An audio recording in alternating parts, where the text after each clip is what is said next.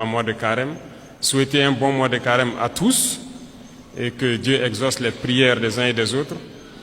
Aussi que chacun puisse à son niveau vraiment profiter de ce mois pour changer de paradigme vis-à-vis de ses voisins, de tous ceux qui nous entourent.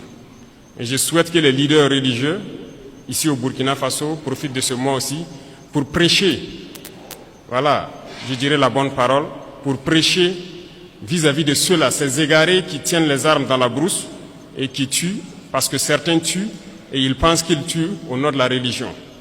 Il faut que les leaders religieux puissent donc ensemble faire beaucoup de déclarations, beaucoup de prêches pour les faire comprendre que ce n'est pas de la religion.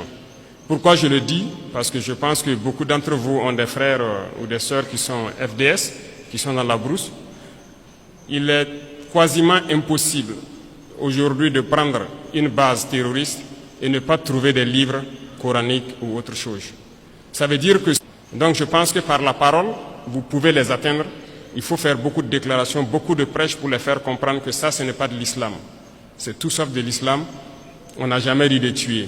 Et nous irons plus loin même. Nous allons demander bientôt donc aux leaders de l'islam, donc du monde entier aussi, de nous joindre dans ce combat-là, avoir des déclarations claires, franches, pour inviter tous ceux qui sont là à tuer au nom de l'islam, que ce n'est pas de l'islam. Normalement, c'est une religion de paix, de solidarité, voilà, d'entraide. Il n'y a pas de raison que quelqu'un tue au nom de l'islam et qu'on ne puisse pas le dire qu'il est sur le mauvais chemin.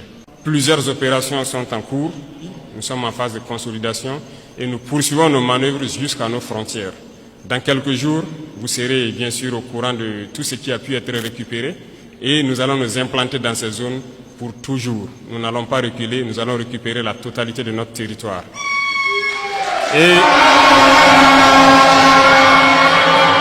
cela va se passer de façon progressive. Il y a peut-être des régions qui sont aujourd'hui, qui semblent